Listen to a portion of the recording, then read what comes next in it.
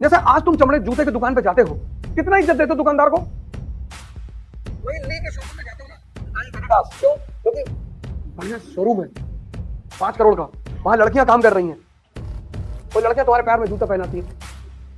सलमान खान की तरह लग रहा, बोले 2-4 जूता और दे दो। ब्राह्मण ज्ञान की वजह से श्रेष्ठ नहीं है। तुम हमसे आए सीखे और आईएएस बन गए, तभी तो इज्जत करोगे। मुझको बहुत पता है, लेकिन मेरे ज्ञान से तुमको कोई फायदा नहीं हुआ, तो तुम मेरी इज्जत क्यों करोगे? अगर तुम हमसे कहोगे कि हम जो कह रहे हैं सही है और हम तुमसे कहेंगे, वो क्लास वहीं खत्म हो गई। यहां कोई सही नहीं, यहां साक्ष्य। कोई बात नहीं, क्लास में बिल्कुल बहस करो, बस एक बात पर हमेशा नियम याद रखो कि बहस को साक्ष्यों के आधार पर करो। यहां कोई सर्वज्ञानी नहीं है, ना तुम ना मैं।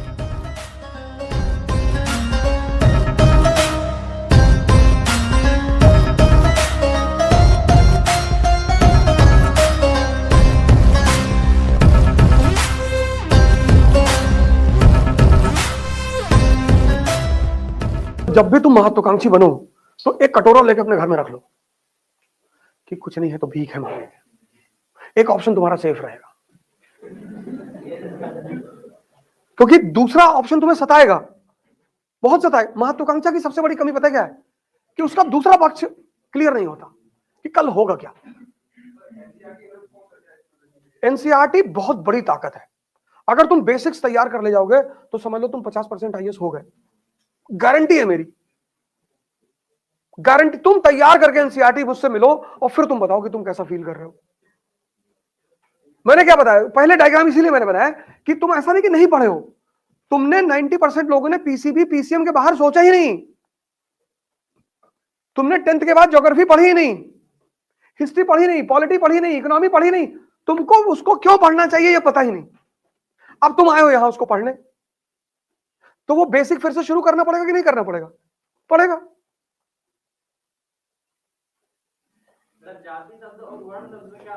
वर्ण मतलब होता है ड्यूटी, वर्ण का मतलब होता है कलर, वर्ण व्यवस्था मतलब होता है ड्यूटी, और जाति व्यवस्था मतलब होता है प्रोफेशन। जैसे कुम्हार जो है वो वर्ण नहीं है, व्यवसाय है।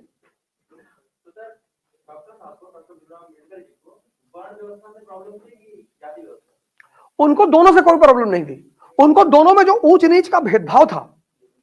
जैसे आज तुम चमड़े जूते की दुकान पे जाते हो, कितना इज्जत देते हो दुकानदार को? वही ली के शोरूम में जाते हो ना, नाइक, एडिडास, क्यों? क्योंकि बढ़िया शोरूम है 5 करोड़ का, वहां लड़कियां काम कर रही हैं, वो लड़कियां तुम्हारे पैर में जूता पहनाती हैं। कहती सर आप एकदम सलमान खान की तरह लग रहे हो, बोले 2-4 जूता और दे दो। वही जो हमारे यहां का चर्मकार है, जूता बना रहा है, उसको तुम नीच भाव से देख रहे हो। बात तो बराबर ही है ना। तुम ली की जीन्स पहन रहे हो, वो कपड़ा है, ली के मालिक को तुम बड़ी इज्जत कर रहे हो, लेकिन हमारा जो जुल्हा है उसको तुम कह रहे हो नीच जाति का है। जाति व्यवस्था खराब नहीं थी, जाति व्यवस्था में जो उच्च नीच का भाव पैदा हो गया, ब्राह्मणों को एक भ्रम पैदा हो गया कि हम ज्ञान की वजह से श्रेष्ठ हैं। नहीं, तुम ज्ञान की दान की वजह से श्रेष्ठ हो। समझो मेरी बात को, ब्राह्मण ज्ञान की वजह से श्रेष्ठ नहीं है। तुम हमसे आए सीखे और आईएएस बन गए, तभी तो इज्जत करोगे। मुझको बहुत पता है, लेकिन मेरे ज्ञान से तुमको कोई फायदा नहीं हुआ, तो तुम मेरी इज्जत क्यों करोगे? ब्राह्मण इस देश में क्यों फंस गया? ब्राह्मण ने सोचा कि मेरा ज्ञान मेरी ताकत है। तुम्हारे ज्ञान के दान, ऐसे मुझसे क्या मतलब इस क्लास में कौन बैठा हुआ है? ब्राह्मण बैठा है कि दलित बैठा है कि मुसलमान बैठा है, मुझसे क्या लेना देना है? मुझसे क्या लेना देना है? तो ब्राह्मण को एक भाव पैदा हो गया कि हम उच्च का है, वहां पे वो गलती कर गया। मनु में नहीं था जाति व्यवस्था। नहीं, कास्ट वर्ड जो तुम कह रहे हो, कास्ट, ये 16वीं शताब्दी में आया है। जाति बहुत पहले से आया है। मनु ने, सुनो मेरी बात, ये जो कास्ट शब्द है, कास्ट, ये 16वीं शताब्दी में आया है। ये पुर्तगाली शब्द है। कास्ट जो शब्द है, कास्ट, हाँ, जाति शब्द का उल्लेख। अरे तुम लाओ हमें दिखाओ, कास्ट शब्द का उल्लेख नहीं मिलता है। अच्छा एक बात हमको बताओ, तुम अगर जाति, तुम मेरी दोनों बातों को समझो। मैं मान रहा हूं कि कास्ट का उल्लेख 16वीं एज अ शब्द, कास्ट शब्द ही पुर्तगाली लेकर आए। लेकिन जाति शब्द, जाति मतलब प्रोफेशन। अगर जाति व्यवस्था का उल्लेख नहीं है तो पुराणों में किस चीज का उल्लेख है? फिर किस व्यवस्था? वर्ण कितने होते हैं? वर्ण कितने हैं? 4। तो कुम्हार को किस में रखोगे?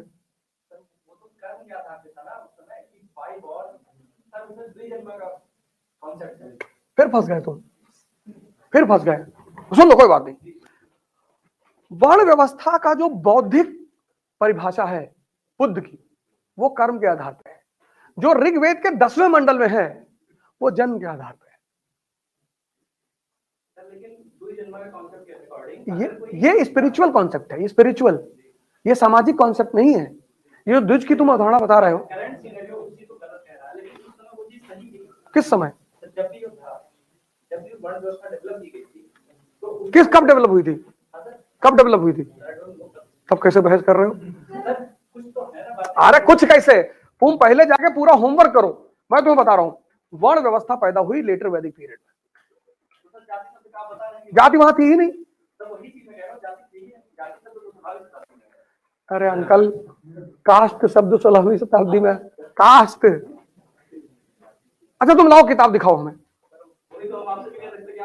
कल लाके दिखा देंगे, कल लाके दिखा देंगे। कल आओ तुम, कल लाके दिखा देंगे। तुम बिल्कुल हमसे कहो, ये तुम्हारा हक है कहना। देखो बहस का एक नियम है, एक बहस का नियम याद रखना। बहस का एक नियम है, बहस में ना कोई बड़ा होता है ना कोई छोटा होता है। बहस में सिर्फ एक चीज माने रखती है, एविडेंस। मैं यहां से जो बोलूंगा तुम्हें अधिकार है साक्ष्य मांगने का कि कहां लिखा हुआ है, और तुम जो वहां से बोलोगे वो मुझे अधिकार है साक्ष्य मांगने का। यही प्रिपरेशन, सिविल सर्विस के प्रिपरेशन की आत्मा है। अगर तुम हमसे कहोगे कि हम जो कह रहे हैं सही है और हम तुमसे कहेंगे, वो क्लास वहीं खत्म हो गई। यहां कोई सही नहीं, यहां साक्ष्य। यहां जो स्टैंडर्ड बुक कहेगा वही मान्य होगा। और जाति व्यवस्था क्यों पैदा हुई बता सकते हो? कौन डिवीजन? अरे तुम यार ऐसा पुर्तगालियों पे जाके टिक गए हो। चलो यार पुर्तगाली, लेकिन जाति व्यवस्था पैदा हुई गुप्त काल में। लिख लो, अभी टाइम वाइम लिख लो, बाद में हमसे बहस करोगे अच्छा रहेगा। जाति व्यवस्था पैदा हुई गुप्त काल में, और क्यों पैदा हुई उसका कारण लिख लो। जजमानी व्यवस्था इसकी वजह से पैदा हुई, और जाति व्यवस्था विकसित हुई गुप्तोत्तर काल में, और जाति व्यवस्था पीक पे पहुंची राजपूत काल में। कोई बात नहीं, क्लास में बिल्कुल बहस करो, बस एक बात का हमेशा नियम याद रखो कि बहस को साक्ष्यों के आधार पे करो। यहां कोई सर्वज्ञानी नहीं है, ना तुम ना मैं। हाँ, मुझे रास्ते पते हैं सिविल सर्विस को के दरवाजे को खोलने के। तो अगर तुम कोई बात मुझे किसी दिखाओगे तो मैं उसको मानूंगा। मेरी बात समझ रहे हो ना? हाँ, ये क्लास की सबसे अच्छी बात होती है।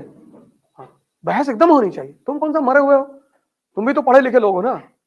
तुम कौन सा नर्सरी में पढ़ रहे हो? अगर तुम्हें कोई बात पता चली है तो तुम क्लास में उसको रखो, और जहां पर साक्ष्य दोनों आदमी में से कोई दे दे, बस बहस खत्म हो। बहस बहुत अच्छी चीज है। इसलिए टीवी, अमेरिका में जब प्रेसिडेंट का इलेक्शन होता है तो डिबेट होता है, तो दोनों पार्टी के जो प्रेसिडेंट के सदस्य होते हैं वो अपने अपने पॉलिसी पे डिबेट करते हैं। हिंदुस्तान में थेथोलॉजी होती है। इलेक्शन चल रहा है, कोई शिक्षा पे बात नहीं कर रहा है। राम मंदिर अगर रुक जाएगा अगर बीजेपी गवर्नमेंट नहीं आएगी तो।